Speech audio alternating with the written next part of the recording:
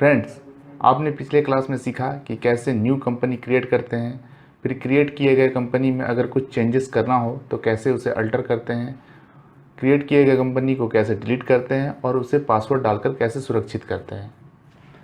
Friends, company create करने के बाद अब बारी आती है लेजर क्रिएट करने की।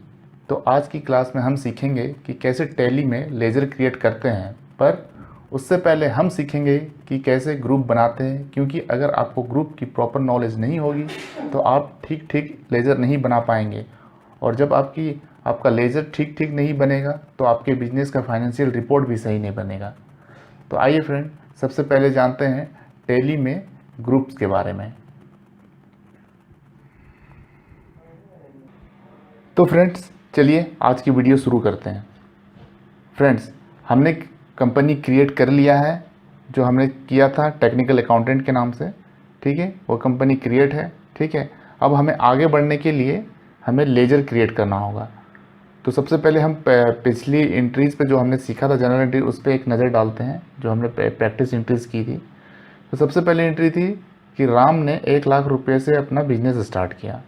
तो इसमें दो लेजर है, एक है कैश अकाउंट, दूसरा है कैपिटल अकाउंट। जाते हैं टैली में, अब लेजर कैसे क्रिएट करेंगे। अकाउंट इन्फो है, वहाँ पे हम क्लिक करेंगे, ठीक है। उसके बाद यहाँ पे देखिए एक ऑप्शन आ गया, group ledger voucher type quit. यहाँ पे हम लेजर पे जाएंगे, लेजर पे जाकर हम इंटर करेंगे, ठीक है। यहाँ पे दो ऑप्शन आ गए फिर लेजर के, सिंगल लेजर और मल्टीपल लेजर। तो हम सबसे पहले सिंगल लेजर को ही सीखेंगे क्रिएट करना। तो क्रिएट पे है हमारा कर्सर, ठीक है। हम इंटर करते हैं, हम इंटर ले लेते हैं।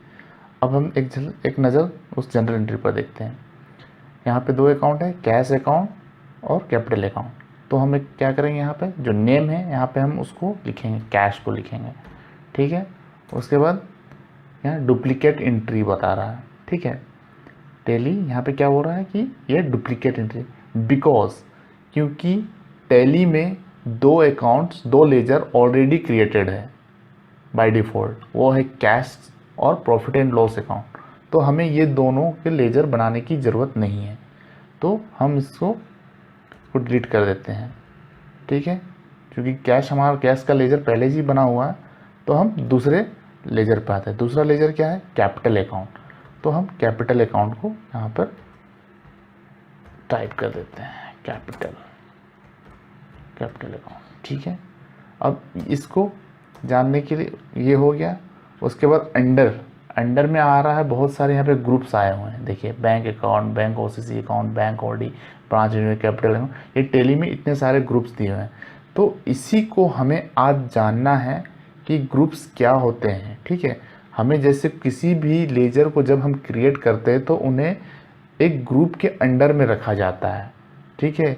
चाहे वो लायबिलिटीज़ हो, चाहे वो एसेट्स हो, चाहे वो परचेज हो, चाहे वो सेल्स हो, तो उनका एक सर्टेन ग्रुप होता है। तो उसके बारे में आज हम थोड़ा जानने की कोशिश करते हैं, ठीक है। तो सबसे पहले हम एक चार्ट खोल लेते हैं, ठीक है, जिसमें है सारे ग्रुप्स के डिटेल्स मैंने बनाए हैं यहाँ पर, ठीक है। इसका लिंक मैं इसे डिस्क्रिप्शन बॉक्स में इसका PDF भी ऐड कर दूँगा, ठीक है। तो आप उसे डाउनलोड करके देख सकते हैं और प्रैक्टिस कर सकते हैं। तो सबसे पहले हम कैपिटल पे गए थे, ठीक है। हमने टैली पे कैपिटल का एंट्री लिया हुआ है, और हम यहाँ पर अंडर में हमें ये नहीं मालूम कि हमें कौन से ग्रुप में इसको रखना है। तो हम सबसे पहले इस ग्रुप वाले शीट पे आते हैं। अब यहाँ पे हम देखते हैं कुछ ग्रुप्स हैं, जैसे फर्स्ट में purchase account. Purchase account group का नाम है, और इसमें क्या लिखा हुआ है, all types of purchase account. मतलब इस ग्रुप में हम सभी तरह के परचेज अकाउंट को हम रखेंगे, ठीक है। तो उसमें purchase account, GST purchase account, unregistered purchase return, ठीक है। जितने भी इस नाम से जितने भी लेजर बनेंगे उसे हम परचेज अकाउंट्स के ग्रुप में रखेंगे, ठीक है। दूसरा है सेल्स अकाउंट। इसमें क्या है, all types of sales account. तो इसमें भी जस्ट परचेज की तरह है, sales, GST sales, unregistered sales, sales return, ये जितने भी लेजर, जिस नाम से लेजर बनेंगे उनको हम सेल्स अकाउंट के ग्रुप में रखेंगे। आई होप फ्रेंड्स आपको समझ में आ गया होगा। अब तीसरे में आता है ड्यूटीज़ एंड टैक्सेस। ठीक है, ये टैक्सेशन का पार्ट है। इसमें क्या है, ऑल टाइप ऑफ टैक्सेस। ठीक है, इसमें TDS, tax deducted at source, जिसको बोलते हैं, इसका फुल फॉर्म है, इसको हम रखते हैं इनपुट जीएसटी, आउटपुट जीएसटी। इसके बारे में आगे की वीडियो में बात करेंगे। तो ये भी एक टैक्स ही होता है। आपने कभी कुछ सामान परचेज किया होगा तो देखिएगा जब आपको बिल देता है तो उसमें देखिएगा SGST, IGST ये लिखा हुआ रहता है। तो ये यही है इनपुट जीएसटी। जब परचेजर, जब हम माल खरीद, जब सेलर किसी को सेल करता है तो वो आउटपुट जीएसटी लगाता है, लेकिन जब वो परचेज करता है तो वो इनपुट जीएसटी लेता है। ठीक है, आई होप फ्रेंड ये भी समझ में आ गया। इनकम टैक्स, जीएसटी पेबल, ठीक है, ये सारे ड्यूटीज एंड टैक्स। इन नामों से जितने भी लेजर बनेंगे उनका ग्रुप रहेगा ड्यूटीज एंड टैक्सेस। ठीक है, उसके बाद आते हैं direct expenses. All expenses which appear in trading account. ठीक है, एक्सेप्ट परचेज। परचेज का तो अपना अलग ही लेजर है। ठीक है, इसलिए इसमें परचेज को नहीं रखा है। मतलब जितने भी हम ट्रेडिंग अकाउंट में जो भी एक्सपेंसेस होता है, ठीक है, जैसे लेबर चार्जेस, ठीक है, पावर, इलेक्ट्रिसिटी एक्सपेंस, बिजनेस में जितने भी warehousing expenses, custom clearing charges, freight and car, import duty, wages, coal, fuel, gas, export duty, delivery charges, जो भी है, ये सब जो भी एक्सपेंसेस है, जो कि आपको इस सबको हम कैटेगरी डायरेक्ट एक्सपेंसेस की ग्रुप में रखेंगे। ठीक है, क्योंकि ये डायरेक्ट आपके बिजनेस से रिलेट करता है। ठीक है, इसलिए इसको हम डायरेक्ट एक्सपेंस कहते हैं। अब है indirect expenses. All indirect expenses में क्या आता है, जैसे round of, salary, advertisement expenses, maintenance expense, rent paid, ये सब मतलब इनडायरेक्ट एक्सपेंसेस है। ठीक है, तो depreciation expenses, interest paid, penalty, royalty, bank charges, ये सब जो छोटे मोटे खर्चे हैं इनको हम इनडायरेक्ट एक्सपेंसेस की ग्रुप में रखते हैं। इस नाम से जितने भी लेजर बनेंगे उनको हम इनडायरेक्ट एक्सपेंसेस की ग्रुप में रखेंगे। ठीक है, अब आते हैं इनडायरेक्ट इनकम पर। ऑल इनडायरेक्ट इनकम, इसमें आता है discount receipt, commission receipt, interest on investment. ये सब है कि आपका बिजनेस का मेन इनकम नहीं है, ये आपने इन्वेस्ट किया उसके बाद वो आपको इनकम मिल रहा, तो ये एक इनडायरेक्ट इनकम है, क्योंकि डिस्काउंट आपको हर बार नहीं मिलता, कमीशन आपको हर बार नहीं मिलता, इन्वेस्टमेंट भी एक सर्टेन पीरियड पे मिलता है। तो इसलिए इसको आप इस नाम से जितने भी लेजर हम क्रिएट करेंगे उसको हम इनडायरेक्ट इनकम के ग्रुप्स में रखेंगे। आई होप फ्रेंड्स आपको ये भी समझ में आ गया। अब 7वां नंबर है बैंक अकाउंट। ठीक है, ऑल बैंक्स अकाउंट। ठीक है, इसमें आप जितने भी बैंक अकाउंट, बैंक के नाम से आप लेजर क्रिएट करेंगे, चाहे वो करेंट अकाउंट हो चाहे सेविंग अकाउंट हो, वो अंडर बैंक अकाउंट ही जाएंगे, अंडर बैंक अकाउंट के ग्रुप में जाएंगे। ठीक है, अब बैंक OCC। ठीक है, आपने CC का नाम तो सुना ही होगा, बैंक CC देती है, कैश, जिसे कैश क्रेडिट लिमिट करते हैं, जो बैंक प्रोवाइड करती है। ठीक है, तो ये एक तरह से लोन होता है। ठीक है, तो उसको इस नाम से इस तरह का लोन, जितना भी लोन होगा उसको हम बैंक OCC के ग्रुप में रखेंगे। फिर एक बैंक OD, जिसको बैंक ओवरड्राफ्ट भी कहते हैं, ये भी एक तरफ का लोन होता है, एक सर्टेन पीरियड के इसके लिए दिया जाता है, शॉर्ट पीरियड के लिए, 1 महीने, 2 महीने, 3 महीने के लिए। ठीक है, तो ये इसको ओवरड्राफ्ट लिमिट होता है, जिसको भी बैंक ही देती है। ठीक है, तो ये बैंक से जितने भी लोन होते हैं, इस तरह से ओवरड्राफ्ट और बैंक OCC, तो इस तरह के उसको बैंक OCC में तो आपको CC को रखा जाता है, अगर ओवरड्राफ्ट आपको मिलता है तो उसको बैंक OD के ग्रुप में रखते हैं। ठीक है, अब है deposit account. All types of deposit, इसमें आप सिक्योरिटी डिपॉजिट आप किसी को देते हैं, किसी ने बोला आपको, आपने शायद एक बिजनेस के लिए एक अपार्टमेंट या एक प्रीमिसेस हायर किया, तो उन्होंने बोला नहीं मुझे इतना लाख रुपए मुझे आपको डिपॉजिट रखना होगा तभी मैं आपको दे पाऊँगा, तो आपने वो अमाउंट उसको डिपॉजिट कर दिया, तो वो डिपॉजिट को हम डिपॉजिट के ग्रुप्स में रखेंगे, चाहे इलेक्ट्रिसिटी डिपॉजिट हो, चाहे रेंट डिपॉजिट हो। ये इस तरह के जितने भी डिपॉजिटेड लेजर होते हैं, इस नाम से जितने भी लेजर बनते हैं, उसको हम डिपॉजिट अकाउंट के ग्रुप में रखते हैं। अब है कैपिटल अकाउंट जिसकी बात अभी कर रहे थे हम टेली में, जिसको क्रिएट करना चाहते हैं। तो इसमें देखिए जैसे all type of capital account, share capital, उन्होंने शेयर में अपना पैसा लगाया, इक्विटी कैपिटल, इक्विटी में अपना पैसा लगाया, पूंजी लगाया, पार्टनर्स ने अपना कैपिटल इंट्रोड्यूस किया, जैसे राम ने अपना अभी इंट्रोड्यूस किया है उस कंपनी में, ठीक है। तो उसी तरह फिर पार्टनर्स का करेंट अकाउंट है, उसको भी हम कैपिटल अकाउंट में रखते हैं। प्रोप्राइटर अकाउंट है तो उसको भी हम कैपिटल अकाउंट के अंडर में ही रखते हैं, ठीक है, अंडर कैपिटल अकाउंट के ग्रुप में ही रखते हैं। ड्राइंग्स अकाउंट, जो अगर कोई प्रोप्राइटर अपना पर्सनल यूज़ खर्च करता है तो उसको भी हम कैपिटल के ग्रुप में ही रखते हैं। तो इस नाम से जितने भी इस नाम से जितने भी लेजर क्रिएट होंगे उसको हम कैपिटल ग्रुप में ही रखेंगे, ठीक है। तो फ्रेंड्स ये भी आपको समझ में आ गया। अब आता है करेंट एसेट्स, ठीक है। Prepaid expenses, prepaid rent, prepaid insurance charges, bill receivable, accrued income, ये जितने भी जो हमें जो पैसे हमने इन्वेस्ट किए हैं, ठीक है, या किसी को दिए हैं एडवांस में, ठीक है, तो उसके बदले में, क्योंकि अभी तक हमको उसके अगेंस्ट में बिल नहीं मिला है या कुछ भी नहीं, हम तो अभी तक उसको एडवांस ही दिए हैं, तो उसको हम करंट एसेट्स के ग्रुप में रखेंगे, ठीक है। अब आते हैं करंट लायबिलिटीज़ पे। बिल पेबल, सपोज किसी ने बिल दिया, ठीक है, हमें उसे पेमेंट करना हो, वो एक तरफ से लायबिलिटीज़ है, हमें उसे पे करना है, ठीक है। अकाउंट्स पेबल ये भी लायबिलिटीज़ है, तो इसीलिए हम इसको करंट लायबिलिटीज़ के ग्रुप में रखेंगे, ठीक है। Sundry creditor, any party from home goods purchase, कोई भी पार्टी जिससे हमने सामान खरीदा है, ठीक है, वो हमारा क्रेडिटर है, मतलब कि वो लेनदार है, हमें उसे पे करना होगा। वो किसी भी नाम से हो सकता है, आपने राहुल इलेक्ट्रॉनिक्स से कुछ इलेक्ट्रॉनिक का सामान खरीदा है, आकाश इस्पात प्राइवेट लिमिटेड से आपने कंस्ट्रक्शन के लिए छड़, सीमेंट या कुछ वगैरह खरीदा हो, तो ये आपका क्रेडिटर है, क्योंकि वो आपको सामान देगा, उसके बदले में आपको उसे पेमेंट करना हो। तो इस तरह के लेजर को हम क्रेडिटर, सन्ड्री क्रेडिटर के ग्रुप में रखते हैं।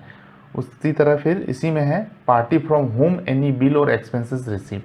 सपोज किसी ने आपको सर्विस दिया, आपके घर पर आकर आपके टीवी को हैंग करके चला गया, या आपका टीवी या रेफ्रिजरेटर या एसी आपका रिपेयर कर दिया, मेंटेनेंस का चार्जेस क्या उसने बिल दिया, या कोई कुरियर वाला आया, आपने कुरियर आपको डिलीवर किया, लेकिन आपने अभी तक उसका पैसा नहीं दिया, उसने आपको बिल दे दिया, तो ये एक तरफ से वो भी क्रेडिटर ही है, आपको उसे पेमेंट करना है, ठीक है। तो इसीलिए हम इस तरह के लेजर को भी हम सन्ड्री क्रेडिटर के ग्रुप में रखते हैं।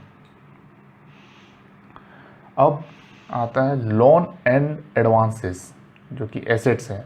दो तरह का लोन एंड एडवांसेस, एक लायबिलिटीज भी होता है, एक एसेट्स भी होता है। तो ये एसेट्स वाले की बात करते हैं।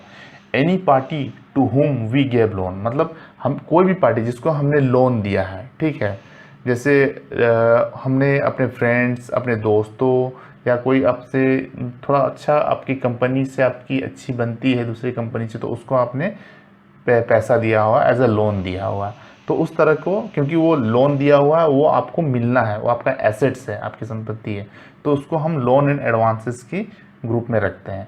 फिर एक दूसरा भी है उसी में, any party to whom we gave advance, किसी पार्टी को हमने एडवांस दिया हुआ। सपोज कोई अभी बात किया था हमने राहुल इलेक्ट्रॉनिक्स, आकाश इस्पात, ठीक है, इन्होंने क्या बोला कि मैं तो आपको माल दे दूंगा, लेकिन मेरे पास अभी कुछ पैसों की ज़रूरत है, तो आप मुझे इसके, जो मैं आपको माल सप्लाई करने जा रहा हूँ, उसके एवज में आप मुझे 50% एडवांस दे दीजिए, ठीक है। तो आपने वो उसे एडवांस दे दिया है, तो वो भी आपका लोन एंड एडवांसेस में ही रहेगा, ठीक है। लोन एंड एडवांसेस के ग्रुप में ही हम उसको रखेंगे, ठीक है। आई होप फ्रेंड्स आपको ये भी समझ में आ गया। अब जैसे आपको मैंने पहले बताया था लोन एंड एडवांसेस एसेट्स, अब लोन लायबिलिटीज़, ठीक है।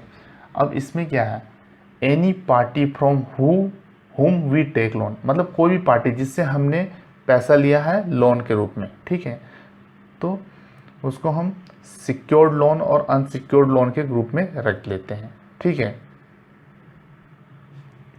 ठीक है। इसमें दो तरह का होता है लोन एंड लायबिलिटीज़ में भी, सिक्योर्ड लोन और अनसिक्योर्ड लोन। इसको मुझे अलग से एक बनाना चाहिए था, लेकिन मैंने नहीं बनाया, फिर भी मैं यहीं पे समझा देता हूँ, ठीक है। तो इसको हम सिक्योर्ड और अनसिक्योर्ड लोन में रखते हैं, ठीक है। अब सिक्योर्ड और अनसिक्योर्ड लोन क्या होता है? सिक्योर्ड लोन होता है जो हम बैंक से लेते हैं, ठीक है, उसके अगेंस्ट में हम कुछ पेपर्स रखते हैं, लैंड के पेपर रखते हैं या कुछ डिपॉजिट, उसको डिपॉजिट करते हैं उनके, तो उसके बाद में एक सिक्योर्ड रहता है वो लोन, वो बैंक हमें देते थे, तो उसे हम सिक्योर्ड लोन कहते हैं। बट अनसिक्योर्ड लोन किसे कहते हैं? अनसिक्योर्ड लोन उसे कहते हैं जब हम किसी अपने फ्रेंड्स या आपके रिलेटिव कंपनी से, दोस्तों से, अपने रिश्तेदारों से कुछ पैसे उधार में लेते हैं, तो उसे हम अनसिक्योर्ड लोन लेते हैं, क्योंकि उसके अंदर हम कुछ गिरवी तो रखते नहीं, कुछ डिपॉजिट तो करते नहीं, सिक्योरिटी रखते नहीं, इसलिए हम उस तरह के लोन को हम अनसिक्योर्ड लोन के कैटेगरी में रखते हैं, ग्रुप में रखते हैं। ठीक है, लोन एंड लायबिलिटीज़ में ही आता है वो भी, जैसे loan from bank, loan from outside party, loan from friend. Arvind है जिसका नाम, वो फ्रेंड है तो उससे हमने लोन लिया है। तो इस तरह के लेजर को हम लोन्स एंड लायबिलिटीज़ की कैटेगरी में रखते हैं। इसमें दो तरह के लोन होते हैं, सिक्योर्ड और अनसिक्योर्ड लोन। ये आई होप फ्रेंड आपको ये भी समझ में आ गया होगा। और ये सब ग्रुप जब हम प्रैक्टिस करेंगे टैली में तो ये अपने आप दिमाग में बैठता चला जाएगा। ठीक है, तो हमें प्रैक्टिस करते रहना होगा। ठीक है, अब आता है फिक्स एसेट्स। ठीक है, all fix assets on which depreciation charge, मतलब ऐसा एसेट्स, फिक्स एसेट्स का मतलब से ये होता है कि वो कुछ सालों के लिए, थोड़ा लंबे ड्यूरेशन के लिए वो एसेट्स हमारे बिजनेस में रहने वाला है। ठीक है, जैसे फर्नीचर, कंप्यूटर, एयर कंडीशनर और भी ऐसे ऐसे आइटम्स होते हैं जो हमारा फिक्स होता है। ठीक है, जैसे furniture, plant and machinery, furniture and fittings, computer, laptop, car, scooter, air conditioner. ठीक है, लाइटिंग वगैरह का जो हम वायरिंग कराते हैं। ठीक है, बिल्डिंग, ये सब आपको फिक्स एसेट्स है। ठीक है, इसमें डिप्रिसिएशन भी चार्ज होता है। ठीक है, इसके बारे में हम नेक्स्ट वीडियो में बात करेंगे। गुडविल। ठीक है, तो इस तरह के जितने भी लेजर जब क्रिएट किए जाते हैं तो उसको हम फिक्स एसेट्स की ग्रुप में रखते हैं। अब है branch and division. Any branch whose separate accountant, मतलब ऐसा कोई, सपोज आप टेक्निकल अकाउंटेंट, ठीक है, सपोज मान लेते हैं ये एक मेरी कंपनी है। ठीक है, उसी नाम से कहीं और दूसरा भी ब्रांच चल रहा है। ठीक है, उसका भी अलग अकाउंट मेंटेन किया जा रहा है, तो उस नाम से जो लेजर क्रिएट होगा उसको हम ब्रांच एंड डिवीजन के ग्रुप में रखेंगे।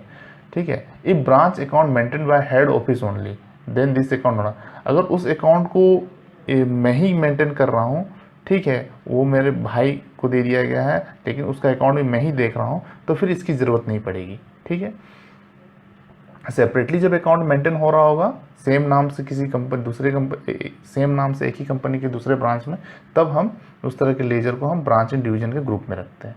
ठीक है, कैश इन हैंड आपने देखा होगा बिजनेस में। ठीक है, या आपने नहीं भी देखा होगा तो मैं बता देता हूँ।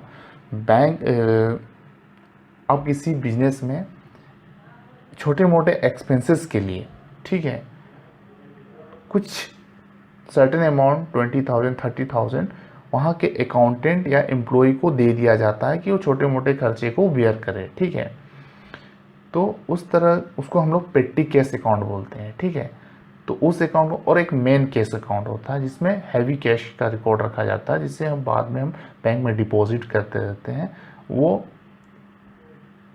वो मेन कैश कहलाता है। ठीक है, पेटी कैश होता है छोटे मोटे खर्चों के लिए, जैसे कोई ऑटो फेयर देना हो, चाहे रेंट पे करना हो 1,000 2,000, तो उस केस में एक छोटा पेटी कैश अकाउंट बनाया जाता है।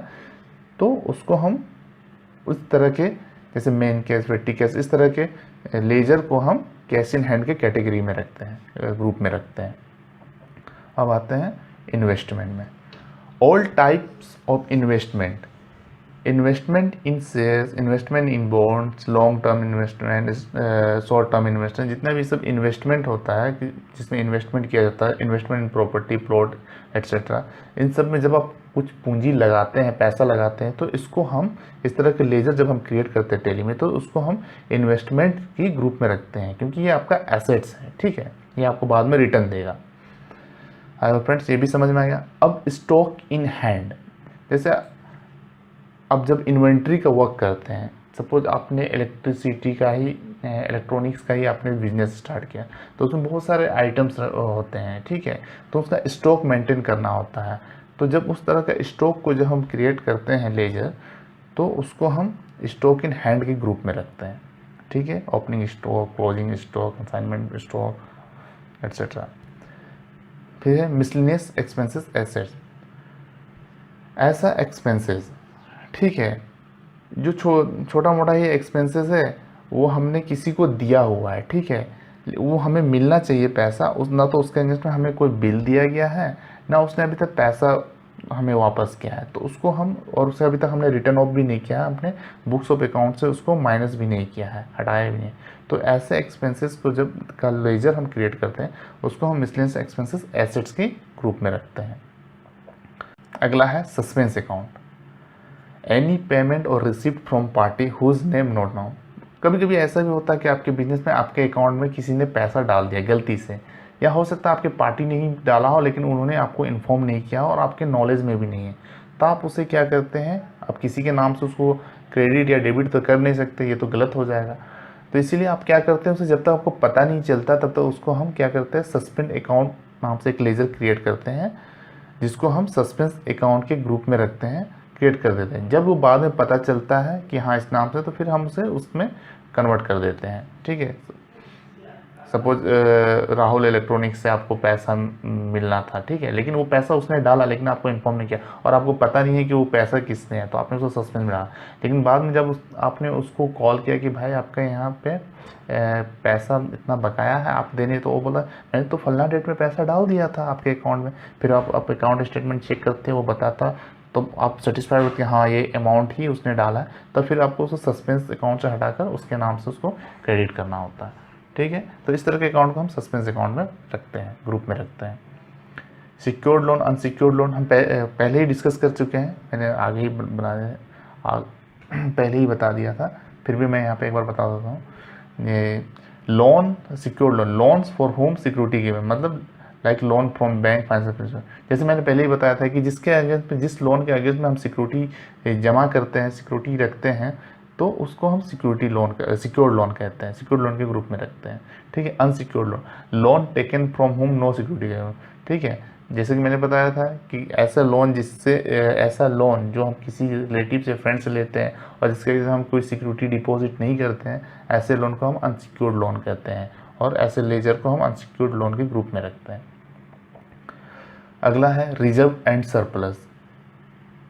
एनी टाइप ऑफ रिजर्व, ठीक है, इसमें जनरल रिजर्व होता है, कैपिटल रिजर्व, रिजर्व। रिजर्व क्या होता है, हम किसी अपने प्रॉफिट, अपने बिजनेस के प्रॉफिट में से कुछ पैसे को हम रिजर्व में रखते हैं, ठीक है, कि इन फ्यूचर हमें कभी ज़रूरत पड़े तो उस रिजर्व कोटे से अपना फंड निकाल कर उसको भरपाई करें या वहाँ पे इन्वेस्ट करें, ठीक है। तो इस तरह के लेजर्स को हम रिजर्व एंड सरप्लस के ग्रुप में रखते हैं, ठीक है। अब है अगला provision. All provisions except provision for bad debt, ठीक है, सारे प्रोविजन केवल बैड डेट्स को छोड़कर, ठीक है। प्रोविजन फॉर टैक्स, ठीक है, ये लाइबिलिटीज़ है, ठीक है, एक प्रकार का लाइबिलिटीज है। प्रोविजन फॉर टैक्स, आपका टैक्स में कुछ निकल रहा है, ठीक है, टैक्स लाइबिलिटीज आपकी निकल रही है, आपको पे करना है, तो उसको हम प्रोविजन में रखेंगे। प्रोविजन फॉर एक्सपेंसेस, कुछ भी प्रोविजन ऐसा एक्सपेंसेस है, सपोज आउटस्टैंडिंग एक्सपेंसेस आपको पे करना है, मतलब पे नहीं किया, तो उसको हम प्रोविजन की कैटेगरी में रखेंगे।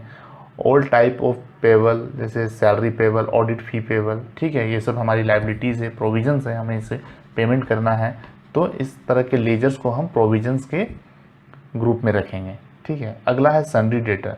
सन्ड्री डेटर्स कौन होता है, जब हम एनी पार्टी टू होम सेलमेंट, आपका बिजनेस है, आपने किसी पार्टी को सेल किया लेकिन उसने अभी तक पैसा नहीं दिया, तो वो आपका डेटर्स है, ठीक है, उसको हम सन्ड्री डेटर्स कहते हैं, ठीक है।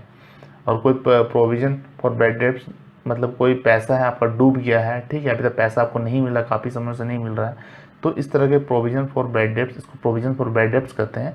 इस तरह के लेजर को भी हम सन्ड्री डेटर्स के ग्रुप में रखते हैं, ठीक है। आई होप फ्रेंड्स आपको एक मोटा मोटी आपको समझ में आ गया होगा ग्रुप के बारे में।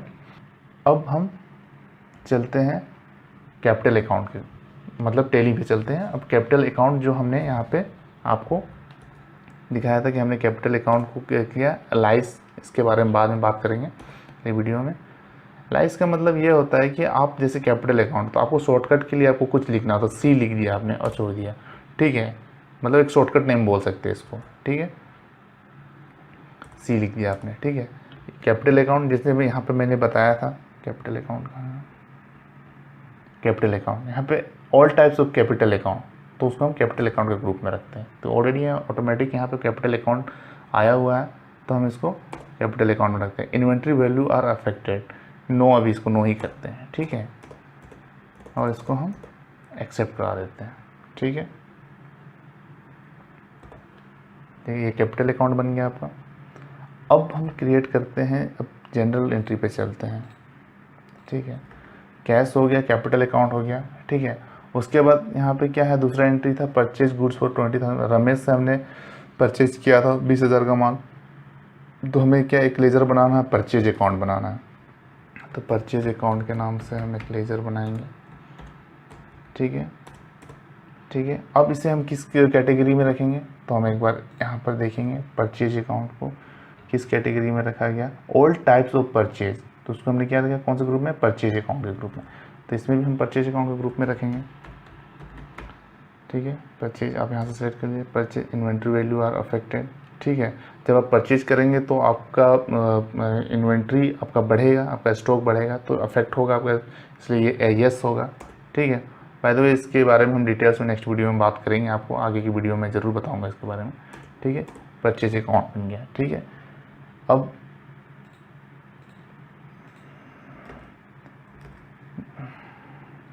है रमेश, फ्रॉम रमेश, ठीक है। तो हमने रमेश से माल खरीदा था, तो रमेश क्या है, ये सप्लायर है, ठीक है।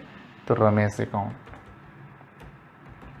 रमेश अकाउंट, रमेश अकाउंट, ठीक है। रमेश अकाउंट के बारे में एक बार फिर से देखते हैं। Sundry creditor, any party from home good purchase, मतलब किसी भी पार्टी जो हमने माल खरीदा उसको हम सन्ड्री क्रेडिटर के रूप में रखें। रमेश से भी हमने माल खरीदा है यहाँ पे, purchase good for ₹20 from Ramesh, तो इसको हम रमेश को हम कौन से ग्रुप में, अंडर में ग्रुप में रखेंगे, तो हम इसको रखेंगे सन्ड्री क्रेडिटर्स के ग्रुप में। ये रहा सन्ड्री क्रेडिटर, ठीक है। आपको bill wise detail maintain in balance सिर्फ बिल बाय बिल, ठीक है। बिल हमको इनका मेंटेन करना होगा, ठीक है। तो इसको यस करके एक्सेप्ट कर देंगे, ठीक है। अब दूसरा है एंट्री, रोहन को माल बेचा 10,000 रुपये में कैश में, ठीक है। तो इसमें कैश हमारी ऑलरेडी बाय डिफ़ॉल्ट टैली में बनी हुई है, इसकी लेजर हमें सेल का बनाना है, ठीक है। तो सेल का लेजर हम बनाते हैं सेल्स अकाउंट, ठीक है। परचेज की तरह ऑल टाइप ऑफ सेल्स हमको सेल्स के अकाउंट में रखना है, ठीक है, सेल्स के ग्रुप में, ठीक है। सेल्स करेंगे तो आपका इन्वेंट्री जरूर इफेक्ट होगा, आपका इन्वेंट्री आपका घटेगा स्टॉक, तो यस कर देंगे, ठीक है। ये हो गया, ठीक है। अब है अगला, return good to Ramesh 2000, purchase return, ठीक है। रमेश को, जो हमने रमेश से माल खरीदा था उसका 2000 का माल हमने रिटर्न कर दिया इसको। तो इसमें भी लिखा हुआ है ऑल टाइप ऑफ परचेज को हम किस में रखते हैं, परचेज रिटर्न को भी हमने परचेज अकाउंट के ग्रुप में रखा। तो परचेज रिटर्न हम बनाते हैं, purchase return account, purchase return account, sorry spelling गलत,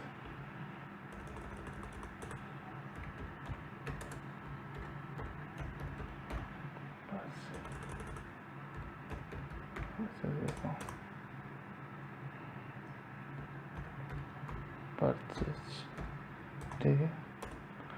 इन्वेंट्री वैल्यू आर अफेक्टेड, ठीक है, यस होगा क्योंकि आप परचेज रिटर्न कर रहे हैं तो आपके स्टॉक से माल घटेगा, यस, ठीक है। फिर अगला है रोहन ने 3,000 रुपये का माल लौटाया, मतलब सेल्स रिटर्न, तो इसका भी सेल्स रिटर्न का एंट्री लेजर हम बनाएंगे, सेल्स रिटर्न, रिटर्न अकाउंट, ठीक है। ऑल टाइप ऑफ सेल्स, तो परचेज की तरह इसका भी सेल्स में चला जाएगा। सेल आपको माल वापस कर रहा है तो आपके स्टॉक में दोबारा माल वापस आ रहा है, तो इसलिए इसका इन्वेंट्री वैल्यू भी इफेक्ट होगा, ठीक है। ये भी हो गया। अब अगली एंट्री क्या है, rent paid of ₹1000 in case, आपने रेंट पेड किया, ठीक है। तो रेंट अकाउंट का एक लेजर बनेगा और कैश का, तो कैश का बाय डिफ़ॉल्ट बना हुआ है तो हम रेंट का बनाएंगे, रेंट अकाउंट। ठीक है, रेंट अकाउंट क्या है, एक्सपेंसेस है, तो अब एक बार हम इसको चेक करते हैं। ये इनडायरेक्ट एक्सपेंसेस, रेंट पेड, ठीक है, ओल्ड इनडायरेक्ट एक्सपेंसेस, ठीक है, ये रेंट पेड है। ठीक है, तो इसको हम इनडायरेक्ट एक्सपेंसेस के कैटेगरी में रखेंगे। इनडायरेक्ट एक्सपेंसेस, यहाँ पे देखिए इनडायरेक्ट एक्सपेंसेस सेलेक्ट कर लिया, इससे अफेक्टेड होने वाला नहीं है आपका स्टॉक। ठीक है, इसको फिर हम सेव कर देंगे। अब नेक्स्ट क्या है, रोहन से हमने 7,000 रुपये का 7,000 रुपये प्राप्त किया। ठीक है, रोहन का लेजर हमने पहले ही बना लिया है। ठीक है, ठीक है, रोहन का शायद हमने लेजर नहीं बनाया है, रोहन का लेजर बनाते हैं। ठीक है, रोहन, क्योंकि उसने कैश में किया था तो हमने रोहन का नहीं बनाया था, कैश में चल गया रोहन। तो रोहन को हमने क्या किया था, रोहन को हमने माल सेल किया था। ठीक है, तो जब हम किसी को सेल करते हैं, ठीक है, तो वो क्या कहलाता है। ठीक है, यहाँ पे देखते हैं,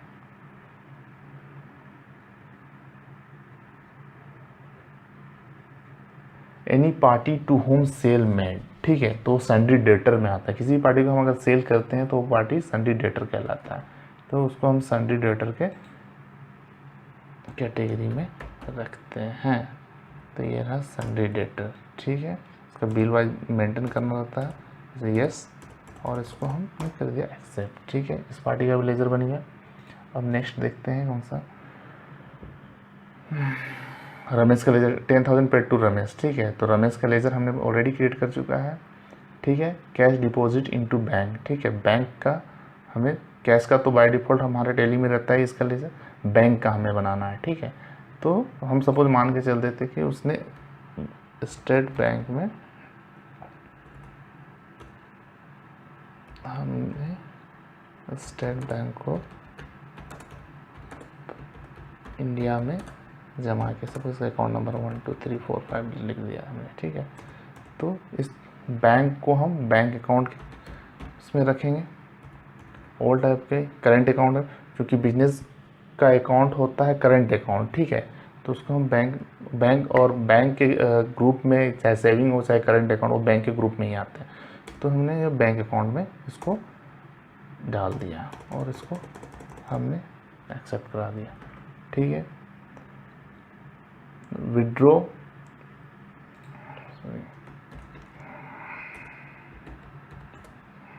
cash, withdraw cash from the bank, तो इसका एंट्री तो कैश का बाय डिफ़ॉल्ट हमारे पास टेली में है, इसका लेजर, वो बैंक का भी जस्ट हमने क्रिएट किया। ठीक है, तो अब हम देखते हैं, लेजर चेक करते हैं, स्केप से बाहर आते हैं।